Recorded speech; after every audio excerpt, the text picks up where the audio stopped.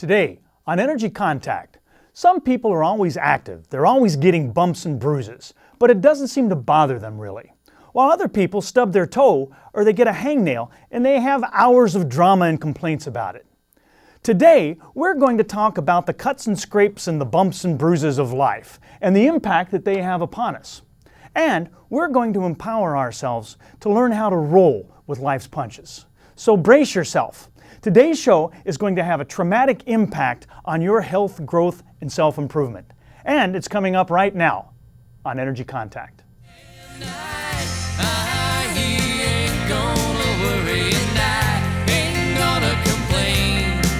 I'm gonna drive away all these doubts I've been keeping and doubt. Keep my mind on better things.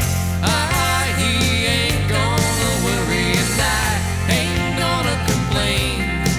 I'm gonna drive away all these doubts I've been keeping and doubt. Keep my mind on better things. Just keep my mind on better things.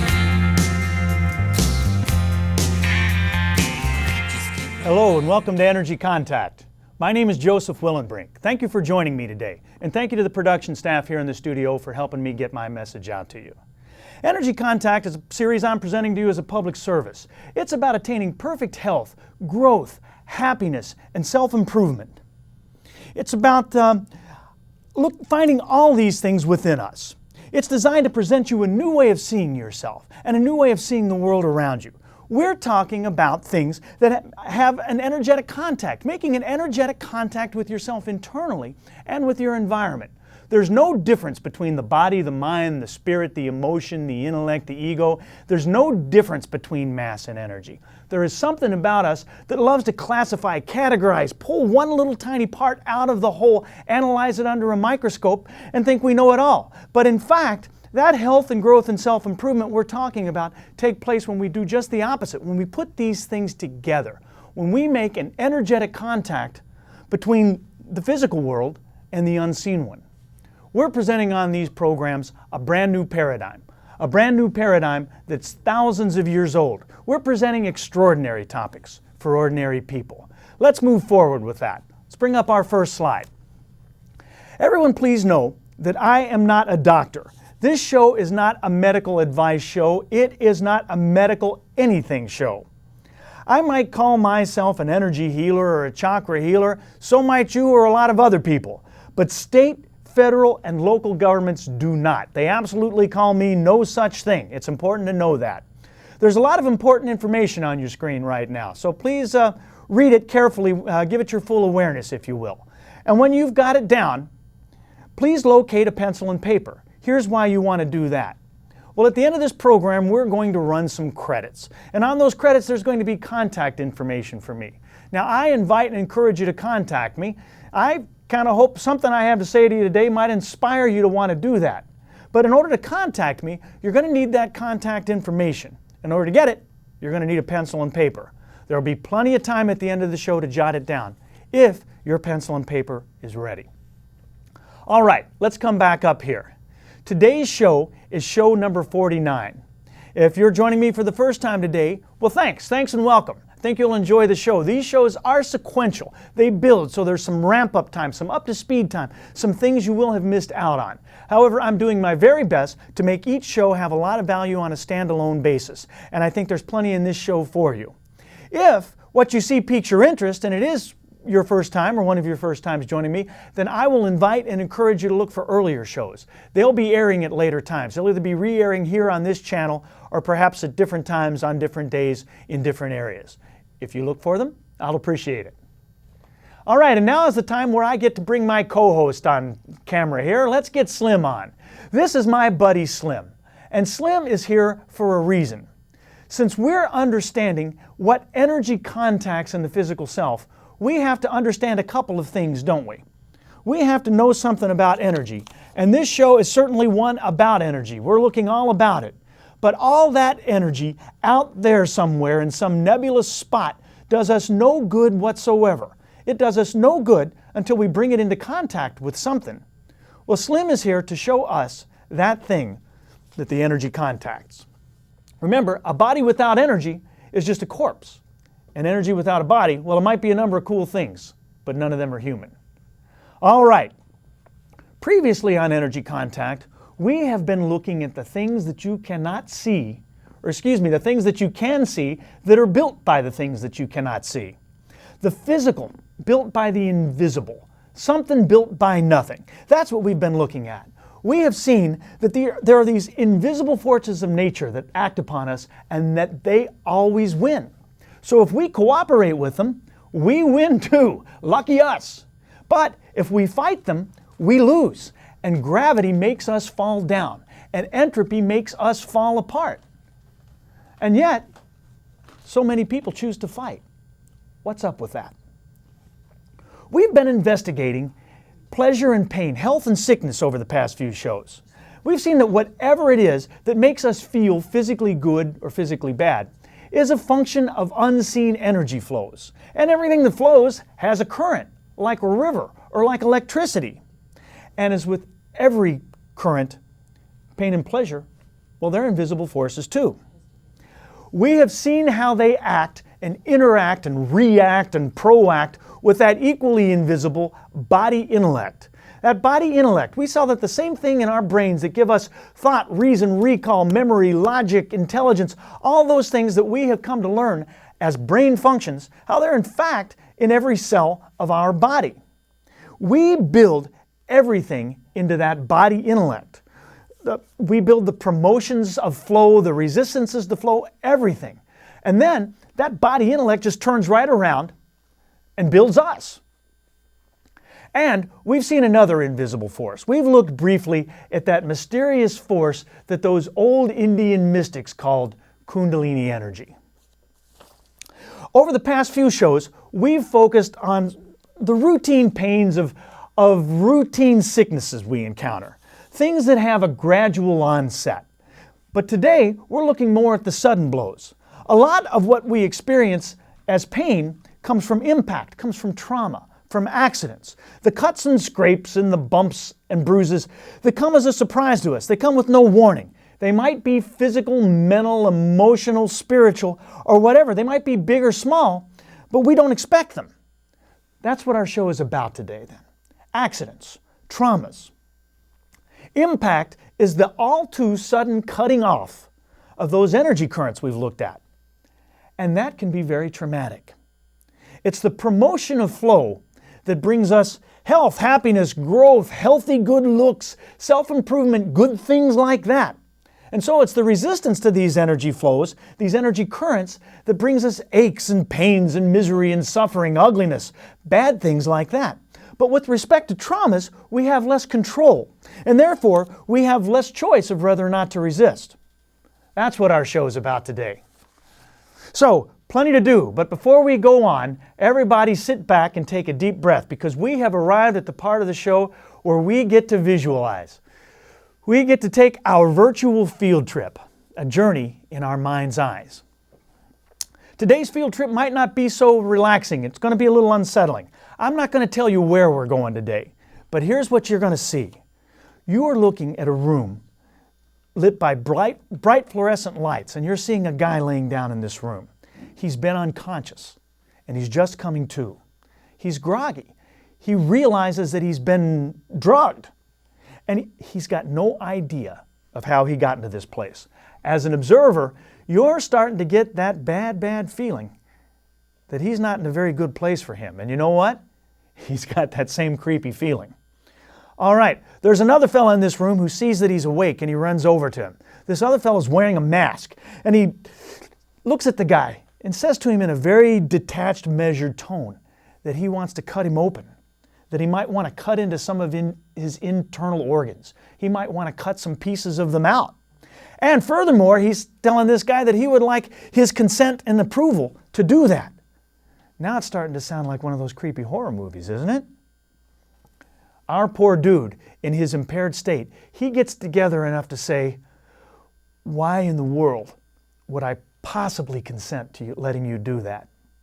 And the man answers, "Well, because you're in a hospital emergency room. I'm a doctor. I'm a surgeon. You were in a terrible accident, and I'm trying to save your life." All right, hold that thought. We say on Energy Contact that gravity falls down, energy falls up, and entropy falls apart. Let's start right in with a little review of that today. If you have ever jumped off or fallen off of a high place, well, you know that gravity pulls you down. And intuitively, you know that energy falls up. How? Well, let's say you land on your feet. It's not your feet that hurts, it's your knees and your hips and even your neck. That energy falls up through you. Okay, so we got those two. Let's take just a moment to review entropy. Entropy, we talk about it a lot on Energy Contact, but it's not a household word, so it bears a lot of review. If you had high school physics, they told you all sorts of ethereal, abstract things about entropy, made it hard to understand. Well, here's really all you need to know. It's very simple. We can take a drinking glass out on the sidewalk and drop it down and throw it. When it hits, it will break into 1,000 pieces every time.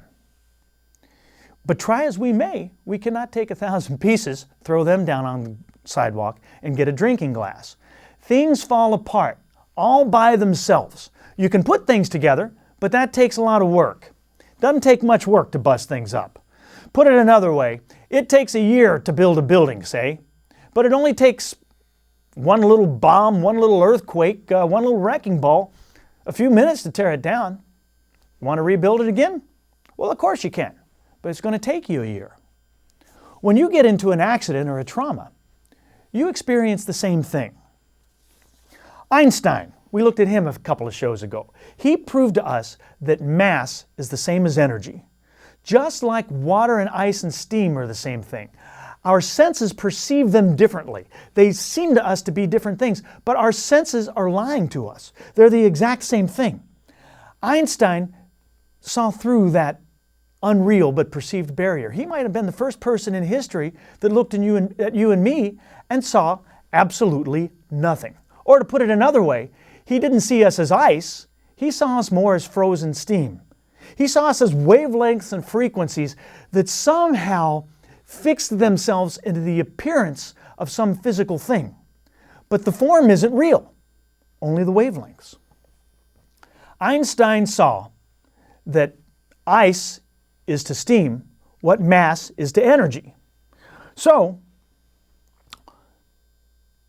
since they're the same thing, it makes us wonder, which is the stronger? Well, we think of ice as being stronger than steam because it's more tangible, because we can pick it up. But if we took a block of ice and hit it with a hammer, just like that drinking glass, it would bust into 1,000 pieces. Try busting up a room full of steam. In the same way, our body is a little more traumatizable, a little more fragile than our thoughts. But we all know that we can get emotional and spiritual traumas too. All right? For our purposes today, whether that trauma is mental, emotional, physical, spiritual, intellectual, or whatever, we can think of trauma as having two components. There's the part that we can't help, the accident itself. If you're walking under a tree and something falls out of it and hits you in the head, you can't do much about that. But then there is the other part, the part that we can do something about. That's our ability to roll with it, or to heal ourselves quickly, or whatever. Trauma, by its nature, brings us pain. And we've seen that pain is resistance to flow. So, pain doesn't happen in us until we do something, until we pull things apart that would rather be together, till we compress things together that would rather be apart, till an impact befalls us, something like that. Let's put a couple of these concepts together. If an object falls, what makes it go to the ground? Well, gravity. It's an unseen downward current. Let's say that object breaks. What is it that makes it fall apart? Well, entropy. It's an invisible dispersing current, an outward current, if you will. Now, gravity introduces entropy, and entropy introduces gravity, and that can go on for a while. And if that object is alive, it will experience pain. Okay, so if energy is the same as mass, then certainly energy is the same as other energy. There are no different types of energy. In other words, there's no such thing really as creative energy, electrical energy, sexual energy, positive energy, good energy, bad energy. We just use these words for our convenience. They don't mean anything. The same energy that keeps Mars from bumping into Jupiter is the same energy that runs your toaster. It's the same energy that makes a blade of grass grow. It's the same energy that comes from a nuclear power plant. And it's the same energy that runs you. Similarly, trauma is trauma. Emotional, mental, physical, spiritual, however it is, it's the same thing. For that matter, the energy of pain is exactly the same as the energy of pleasure. But let's not get ahead of ourselves. Let's go back to our drinking glass for a second. When we threw that down on the sidewalk, a millisecond before it hit, it was a completely whole, completely perfect glass. If we were taking a video and we did a freeze frame just a millimeter above the ground, we'd see a perfect glass. When it hits, that's when the trauma sets in. So here's the sequence. Gravity falls down. It makes the glass fall to the earth. At contact, the glass can no longer flow with the energy current. It stops abruptly. Then the energy of the earth falls up. It falls up through the glass. Then entropy happens, and the glass experiences trauma, and it falls apart. Now, if that glass had feelings, it would feel pain. That's the same impact that trauma has upon us. Imagine some people in a car that runs off of a freeway overpass. As long as that car is in the air, nobody is hurt physically. But here's where humans, where all animals really, are different than a drinking glass. Because even in the air, the passengers experience trauma. They're traumatized by fear.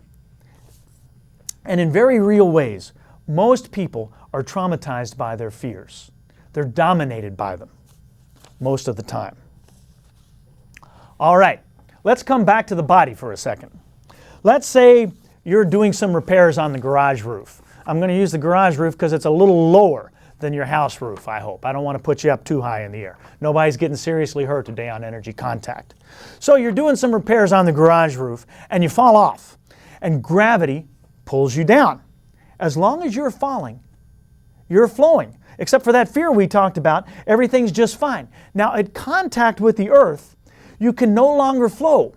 You resist. That's the part that's beyond your control. You would be delighted to continue flowing. You would rather flow, but something is in your way, blocking your way, no matter how well you flow, no matter how good you are at flowing. And so you hit, and the energy of the earth falls up through you. Then entropy happens, and things fall apart, and you feel pain. You suffer. That's how it works. Now, this is very important. If you do nothing, the law of gravity says you will fall down, and the law of entropy says you will fall apart. Those are unstoppable forces of nature. If you are doing nothing right now, you're falling apart right now. Why? Well, because the current of energy flow is doing something. It's doing something right now, 24/7. It never gets tired. It never takes a break. In that context, even doing nothing can be traumatic. All right, let's move on. Just as with cases of everything else in life, 1 million different people will experience an identical trauma in 1 million different ways. Let's look at another automobile accident. Let's say the car with 4 passengers gets rear-ended. We've looked at this one before on Energy Contact. Again, nothing serious. Nobody's getting hurt. No accidents. But these guys take a bump. They know they've been hit. They hurt. And we see them get out of the car, and we see that they are experiencing 4 completely different things. One gets out and he's clutching his back, and his back's in pain. The other one gets out and he says, oh, my neck, oh my gosh. A third one gets out and he can barely stand up. His knees are so traumatized, it's hard for him to walk on them. The fourth guy gets out in the car and he says, hey, everybody, are you all right? Hey, that fourth guy, he's not hurt at all. It's fascinating. That outside force, that traumatizing force, is exactly the same for all those 4 people. The exact same bump inside the exact same object, the exact same way. Why the different experiences? Well, it's the way they've set themselves up. And so it's important to know, how do you set yourself up? When we fall, or when we get in wrecks, when we get cut or bumped up, we need to put ourselves back together, don't we? Who's going to do that? A shaman? A psychic energy healer, a crystal therapist, a homeopath? Absolutely not. This is when we need an emergency room, when we need a medical doctor. Western medicine does some things very, very well. And emergency medicine, trauma medicine, internal medicine is what it does the best. Remember, since the advent of Western medicine, our life expectancy improves. Back centuries ago, we were expected to live 40 years or so. Now we're expected to live into our 80s. So Western medicine is doing something right. It does a lot right. Centuries ago, if a fella gashed his leg open plowing a field, well, he just pretty much waited for the wheel of destiny to spin. And odds are that gangrene would set in. And if it did, he just waited for the infection to come and for the inevitable death that followed. Very much of what the difference is between that lower life expectancy then and now is the effect of traumas and their life-terminating effect. All right, but let's bring up a slide. Now that we've brought up the subject of Western medicine, let's revisit an old slide that we saw a few shows back. This is a comparison slide between conventional medicine, we'll call it, and alternative medicine. It compares some of their qualities of each one of them. And we don't have time to go over it much, but here's what I want to point out from this slide. Western medicine is reactive in its nature, and it reacts well. It reacts well to emergencies, but it requires a diagnosis. It needs something to go wrong. Before you can diagnose something wrong, something has to go wrong. Only then can you fix it. So if Western medicine sees you as a mechanical thing, if it sees you as mass devoid of energy and spirit, we know now that one, it's not very proactive, and two, that as Einstein told us, it's all wrong. That's not what we are. And again, that's not a tree-hugging alternative person that said that. That's Einstein. Still, you can see that there is a time to be treated like a machine. Alternative medicine is not so good at bacteria, microbes, contusions, bumps, blows, breaks, those sorts of things. All right, let's come back here. I know a fellow, by the way, who had a heart transplant about 20 years ago, and he's still alive. He's active and healthy and happy. As a matter of fact, much more so now than he was in the couple of years before that transplant. We have Western medicine to thank for that, and for a lot of things like that. Our friend from the field trip at the top of the show, after he could see the big picture, after he knew why he was in that room, he was delighted to have a doctor who would cut him up. And that brings us to another point. Even though in the short run, that doctor was going to hurt him worse. So not everyone who wants to cause us pain is trying to hurt us. And not everyone who wants to make us feel good is helping us. All right, so when you bust yourself up, tear yourself apart, you need to go to a place where they can cut you open and pull out the bad stuff, put in some new stuff, some replacement stuff, hold the parts back together, sew them up so you can fix yourself. If there was ever a time to go to a doctor, man, that's it. Fortunately for us, even though we get a lot of traumas, most of our traumas are trivial. Most traumas are not big at all. An example of tiny traumas is when you cut your finger a little bit, or when you bump into the corner of that coffee table and you get that little bruise in your leg. When you get those things, who do you go to heal that? Well, nobody. Nobody heals those things. We heal ourselves. Remember, we are not made to not get hurt. We're made to be able to take the impacts and the bumps and the blows of life and bounce back. Even with the big things, in theory, we're made to be able to heal ourselves. It's just that sometimes we need a little help. So, those guys in the traffic accident, even though the impact came upon them from the outside, they each had 4 different reactions. And each of those reactions was personal in a way. So each for themselves, each at their own level, they each experienced something. That's important. That's why they have 4 different realities. It's the same way with the impact of a verbal insult. Physical scars come with physical pains and emotional scars come with emotional pains. You know some people who you have to always watch your words around. Any little thing might insult them, might hurt their feelings. Why another person, you can say just about anything to them and they don't care a bit.